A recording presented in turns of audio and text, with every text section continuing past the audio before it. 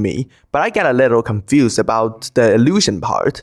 Is the material world itself the illusion, as in one's own hand, the device on which I'm writing this, the building, etc., or is society with its arbitrary rules the illusion? As if these things aren't real, why do they impact and influence us on such a deep level? Thank you again, Professor. I didn't think I was very interested in history or geopolitical speculations until watching your courses. So I'm very grateful to you for living your truth and your family for inspiring you. Take care. Yeah, okay, so first of all, society is complete illusion. Okay, when you come to school, you're just taught nonsense. You're taught all this illusion. Okay, what allows society to function is the fact that you comply to the rules, which are illusions. Okay, so the point of school, the point of media, the point of culture is to make you believe that these illusions are real. And you want them to be real because if they're not real, then you can't really function in society. Okay, so that's pretty obvious to people. Okay, the social rules are just illusions, and we know they're illusions because once you recognize these illusions, they're illusions. These taboos are just illusions. It allows you to better navigate society. Okay, so last semester we talked about Frankicism, Jacob Frank, and that's what he teaches his followers. Look, everything around you is just an illusion.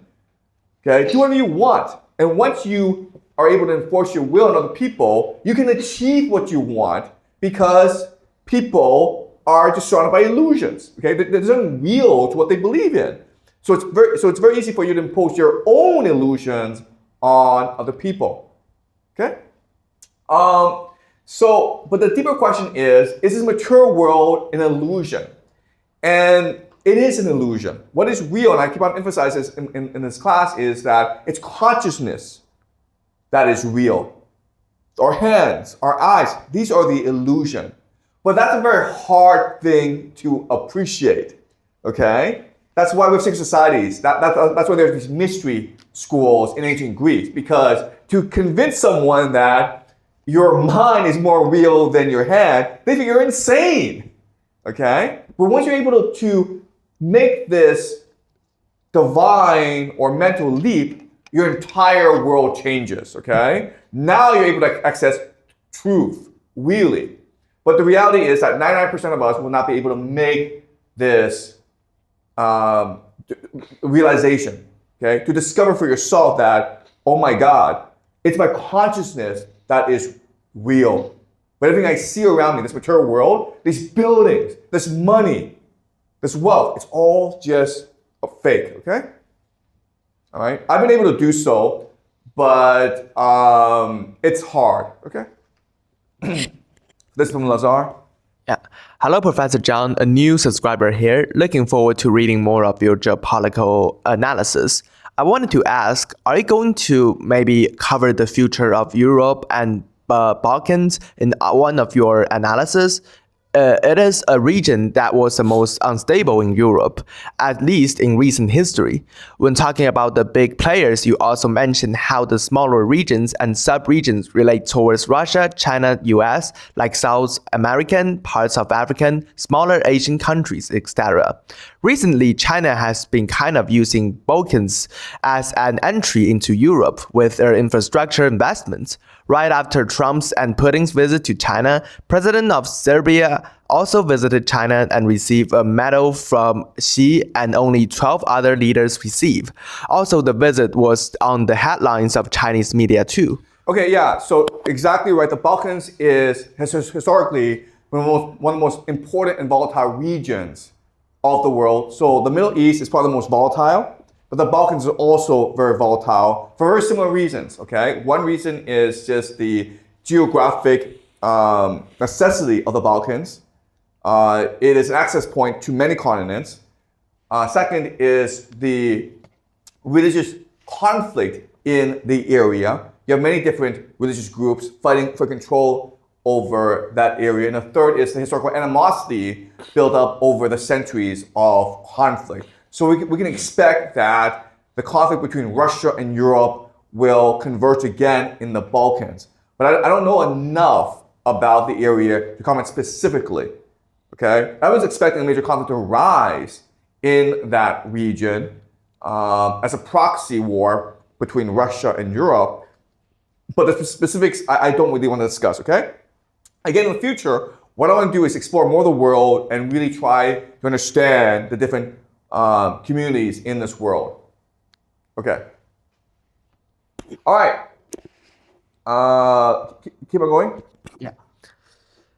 If Tucker Carlson left Fox over the 2020 election domination trial and you say Maduro was captured to testify that they helped rig the 2020 election, what did you and Tucker discuss off air after he got emotional?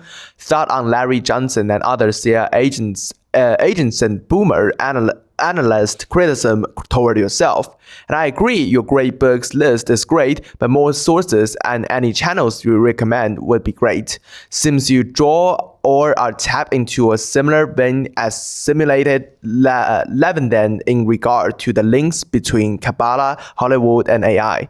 Thanks again, Professor. Love your work. Looking forward to seeing your next chapter. Best of luck. So I was on Tucker Carlson's show a couple months ago, and he got very emotional because I think that he is an American patriot. I've always admired and respected Tucker Carlson, even though politically we don't align, okay? He and I will disagree a lot on politics, but I admire the fact, and I respect the fact that he loves America, and he's fought very hard to protect what's best about America, especially its civilization, especially its culture. And he's been very consistent about this, okay? And so for a few minutes, when the show ended, we discussed the fact that American culture is being erased, how the very essence of American civilization, what made America great, was really Christianity and European civilization. And because of DEI, because of immigration, a lot of this being eroded. And that's a very bad thing for America. And I agree with that. So what I admire about Tucker Carlson is that he's been very principled in his viewpoint, and he's been fearless and courageous in fighting for what he believes in, including maintaining American civilization, which is Christian and white and European. Also, he's been very consistently anti-war, and that's cost him a lot. In fact, there's talk that because of his anti-war stance, he doesn't believe that America should be fighting this war in Iran, there's talk of him getting arrested. Okay, so I think I've always admired Tucker Carlson. I think he's an extremely courageous man, even though we don't agree. I know that Larry Johnson, another man I also respect a lot, he has been criticizing me. A lot of people have been criticizing me. And quite honestly, I don't pay attention to the criticism because I don't want to be a YouTube star, okay? I don't want to be a social media influencer who spends all his time arguing with other social media influencers. I want to be an educator.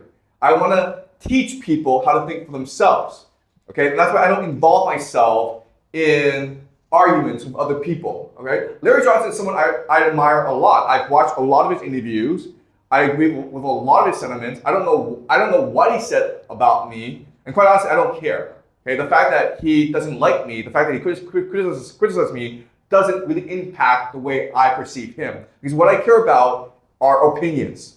Okay, what I care about is analysis, and I sort of like ignore the personalities behind that. Okay, all right, Julian. Yeah. Thank you very much, Professor, for your lectures and for understanding our world, universe better. My question would be about your theories that secret societies don't understand that they do conspiracy theories in the game theory 26. The concept you use in that lecture I find very interesting. But more interesting would be when you add to this concept the fallen angels, reptiles, giants, dragon, lost Asian civilization, Tartaria, etc. All these conspiracy theories together to predict our universe. Look, okay, there's a lot of things I don't know, okay? I'm very interested in the idea of lost ancient civilizations. They must exist, okay? It doesn't make sense to me that, we only have like 10,000 years recorded human history, but we've been around for 200,000 years in our current state, okay? Our current minds, our current men of development, we've been around as modern humans for 200,000 years. So there must have been other civilizations in place. Okay, if you look at the Amazon, if you look at the Grand Canyon in America, if you look at Antarctica, there's reason to believe that there have been other civilizations before us. Okay, so I'm very interested in that. I'm very interested in the concept of fallen angels. The Nephilim.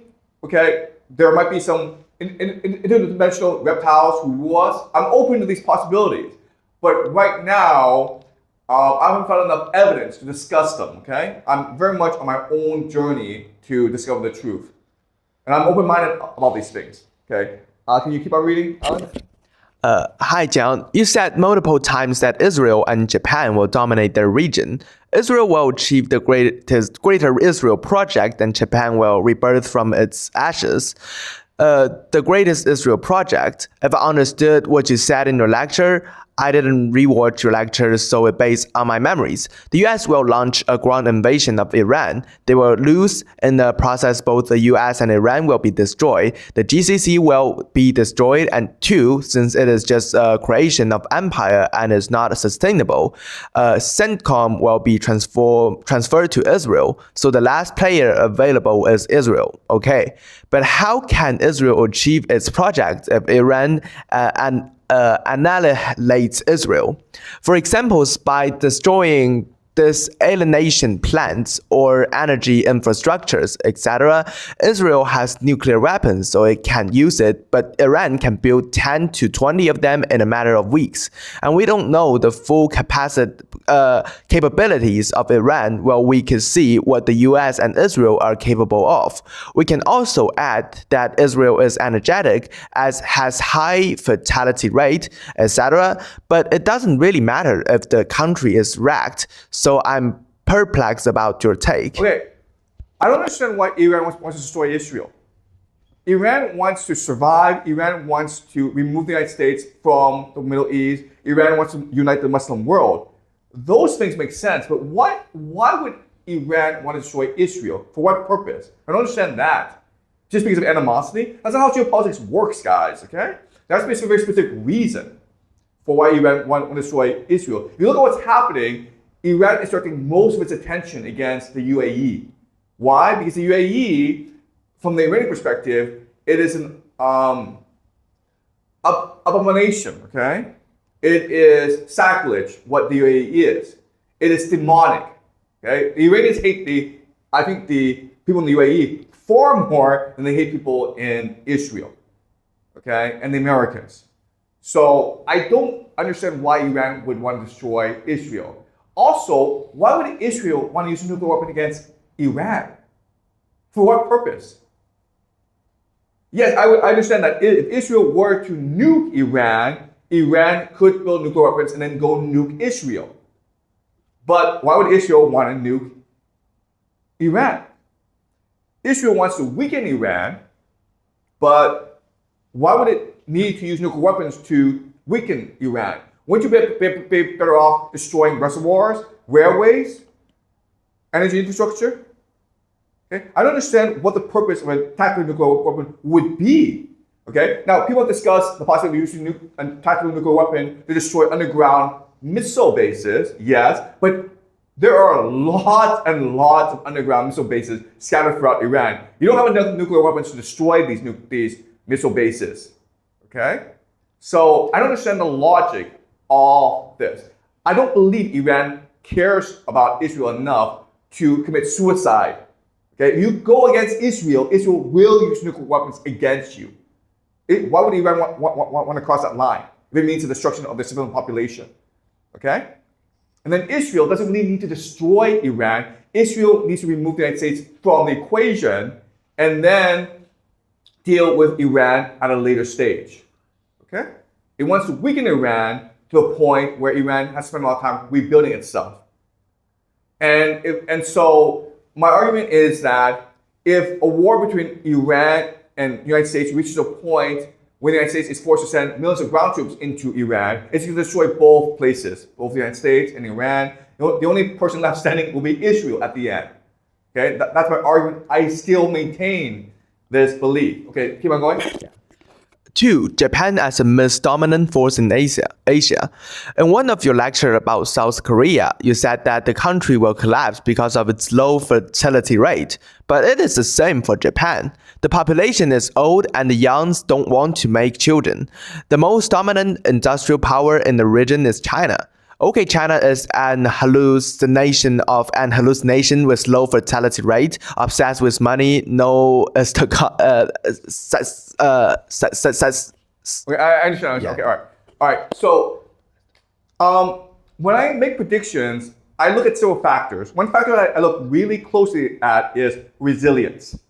Okay, so if things stay the same, yes, I understand China will dominate, Japan will decline.